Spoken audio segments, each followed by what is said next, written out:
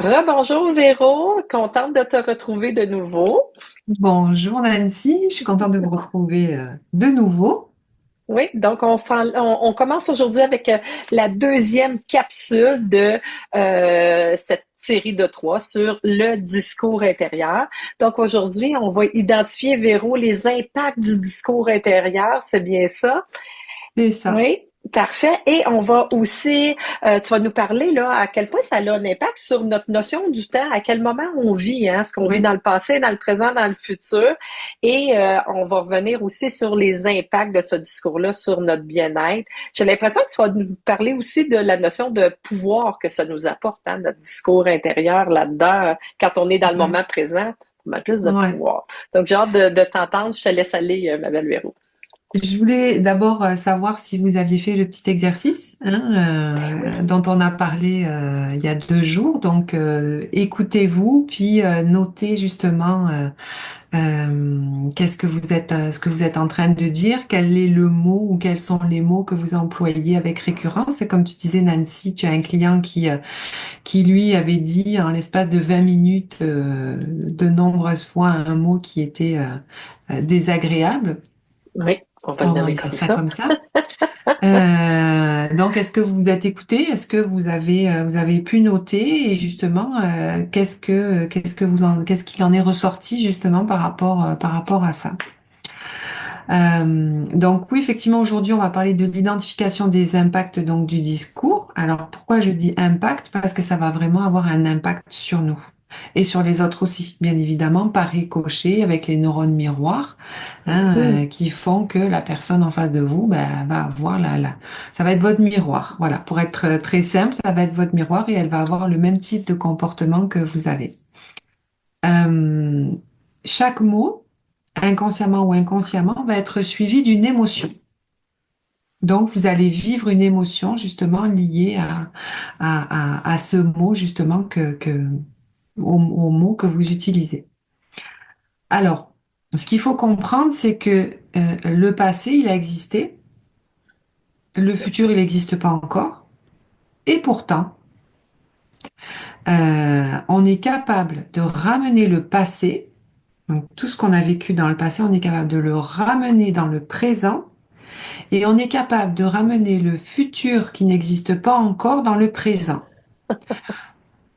Pour nous construire un discours intérieur autour de ça.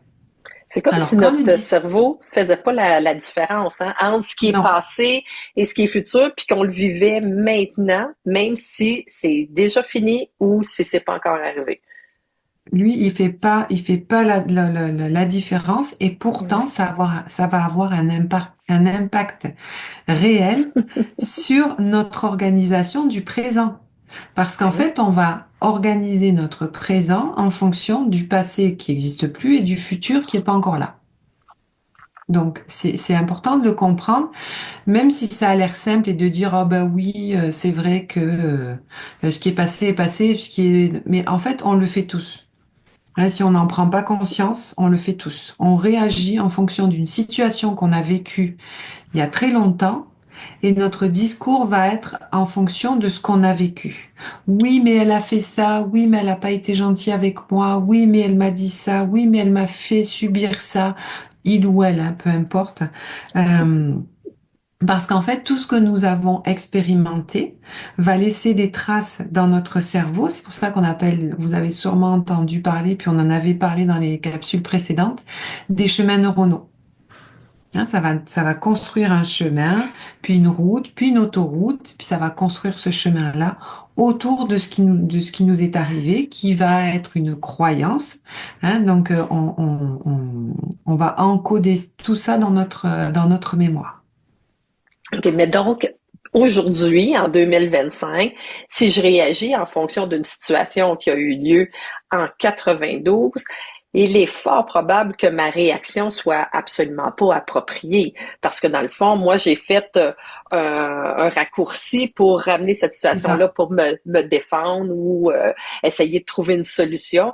Mais en fait, les chances sont très, très fortes que je sois complètement à côté de la situation parce que c'est pas exactement la même chose, c'est pas le même contexte, etc.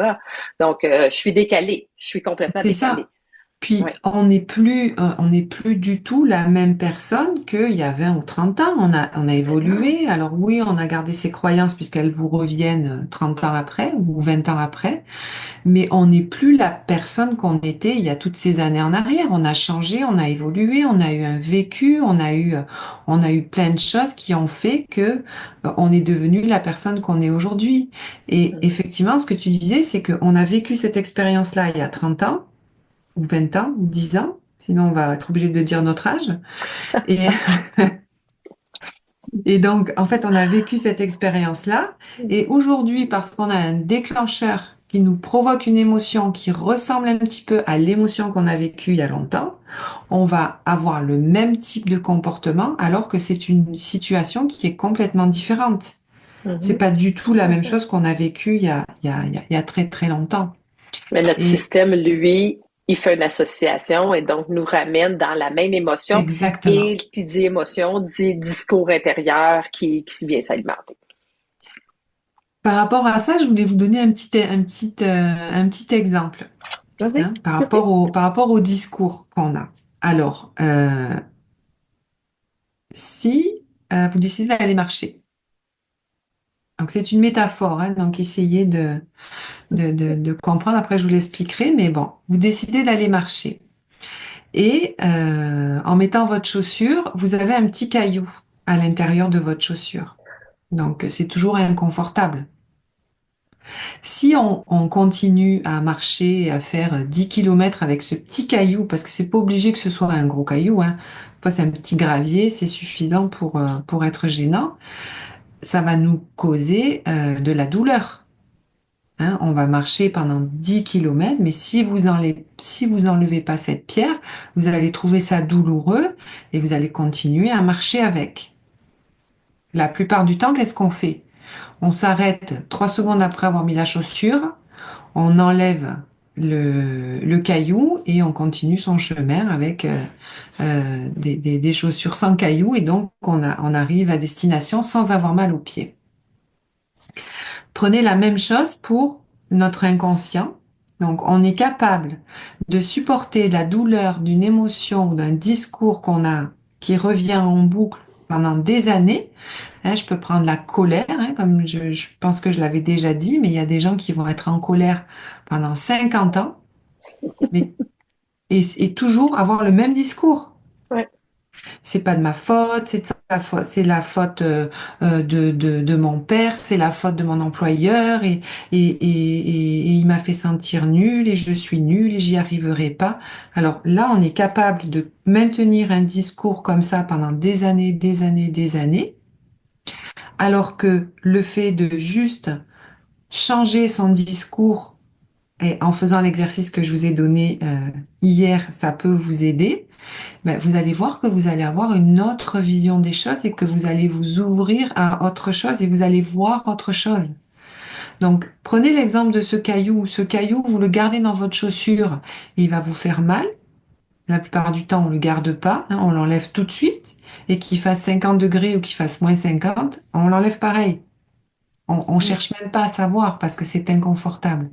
Donc, par rapport à cette métaphore-là, imaginez que vos pensées qui tournent en boucle et qui sont désagréables et qui sont négatives et qui sont qui vous amènent pas grand-chose, ben imaginez que c'est un caillou. Puis à ce moment-là, vous faites quoi? Ah ben il faut que je l'enlève. Donc on va changer le discours justement pour avoir une autre boucle qui est plus qui est positive en fait pour nous, pour notre façon d'être, notre comportement et sur notre santé surtout. Tu disais à la première capsule, Véronique, que ça a un impact sur notre corps physique, sur notre santé, sur notre ressenti. Je vais souvent observer des gens que, juste en changeant le mot, vont passer, par exemple, si j'utilise le mot stupide, donc, par exemple, Mhm. ils vont automatiquement, le corps va se refermer, il va avoir un impact. Moi, je demande souvent aussi d'observer justement notre posture. Ça, on parle du ressenti, mais à quel point ça vient affecter. Et quand je change le mot, par exemple, stupide pour c'est spécial, c'est intéressant, ou tu sais, un mot qui va déjà enlever une connotation très négative, Mhm. on peut, tu sais, juste tout simplement le remplaçant, ça devient plus facile que dans essayant de l'éliminer. Donc, juste remplacer. Puis des fois, on peut y aller par étapes. Je sais pas si, tu sais, par exemple, on pourrait passer de stupide à c'est curieux, puis c'est spécial, ou c'est particulier. Mais vois-tu à quel point, déjà, Mhm. on peut y aller par étapes ou de façon directe, mais observer sur le corps, observer sur le ressenti. On sait que tout ça est connecté, là, c'est puissant. Ouais, puis pour voir votre ressenti, ben, mettez-vous devant une glace et puis dites-le, c'est difficile, voilà, c'est difficile et c'est moins facile. Voyez comment est-ce que vous le dites, voyez comment est-ce que votre posture est. Puis la posture aussi va amener un langage qui va être différent. Ça va vous aider aussi à avoir un langage qui va être beaucoup plus ouvert. Si vous êtes beaucoup plus ouvert quand votre posture est beaucoup plus est plus droite, vous allez nécessairement avoir un langage qui va aller avec la posture. Sinon, il n'y a pas de congruence. Et comme il n'y a pas de congruence, ben, votre cerveau, il va pas l'aimer. Parce que vous savez, quand on était petit, il y a des gestes qu'on faisait. Moi, j'ai jamais été capable de le faire, hein, se taper sur la tête et en même temps Oui. tourner en rond sur le ventre. Tu y arrives toujours pas, Véro. Non, non, moi c'est pas ma force, ça. Bon, ben, quand imaginez que le discours c'est la même chose. Si vous essayez de faire ça et que vous y arrivez pas, ben, changez, faites autrement. Hein. À ce moment-là, moi, s'il faut que je tape comme ça, là, j'y arrive. Si je dois tourner d'un côté, c'est trop difficile pour mon cerveau. Donc, mon cerveau, il va pas arriver à le faire. Tout à Hein, donc, fait. changez votre discours et vous allez voir que vous allez avoir une posture qui va être différente. Puis, Génial. l'exercice que j'aimerais vous proposer aujourd'hui, euh, je vais vous demander d'écrire 5 phrases positives à propos de vous. Donc, dans la première phase, on s'observe. Hein, s'observer sur le discours qu'on est en train d'avoir. Puis aujourd'hui, écrivez 5 phrases justement positives à propos de vous.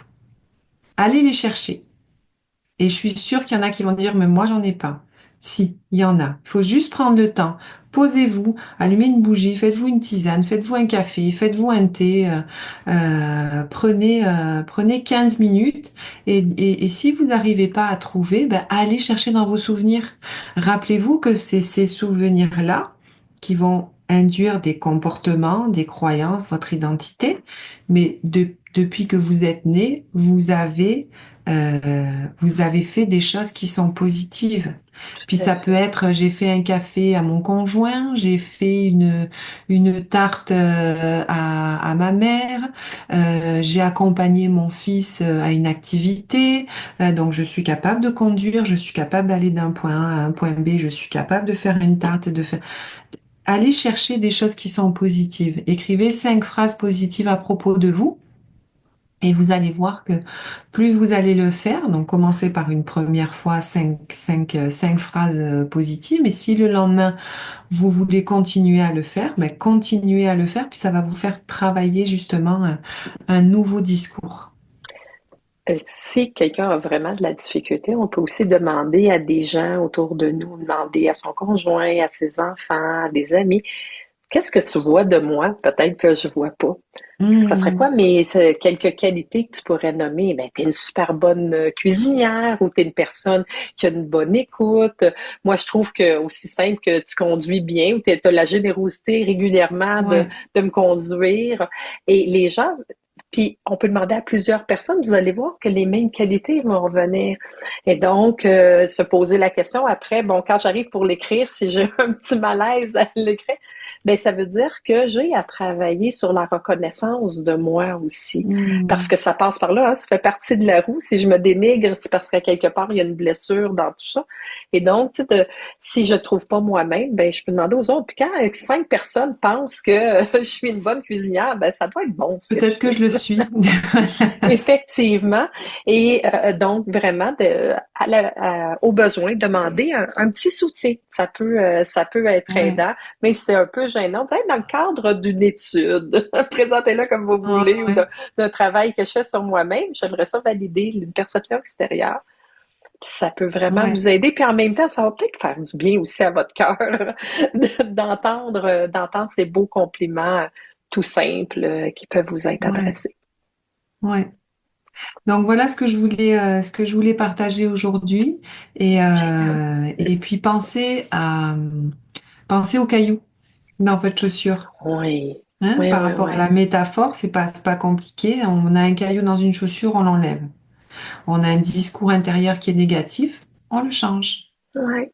Ah, c'est tellement une belle métaphore, Véro. C'est sûr que moi qui est la spécialiste, en passant, toute catégorie confondue, du caillou dans sa chaussure, pour de vrai, je prends pas de marche sans avoir un caillou. C'est une métaphore que j'adore. Je vais regarder aussi mon discours intérieur pour voir si effectivement moi aussi j'ai pas encore des cailloux. Je suis convaincue Ouais, qu'on en a tous. on en a tous. Je vais surveiller les cailloux dans mon fort intérieur. Merci Véronique Ouais, pour ce beau partage. On se revoit aussi dans deux merci. jours, hein, Oui, déjà, ou demain. Je vais vérifier et vérifier de toute façon, on va l'inscrire dans les commentaires.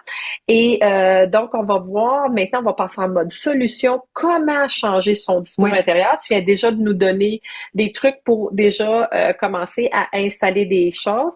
Et donc, on poursuit ça ensemble dès la prochaine capsule sur le discours intérieur. Merci beaucoup, Véronique. merci. Passez une belle journée. N'hésitez pas à commenter. On aime bien vous lire. Merci. Bonne journée à tous. Merci, bonne journée. Au revoir.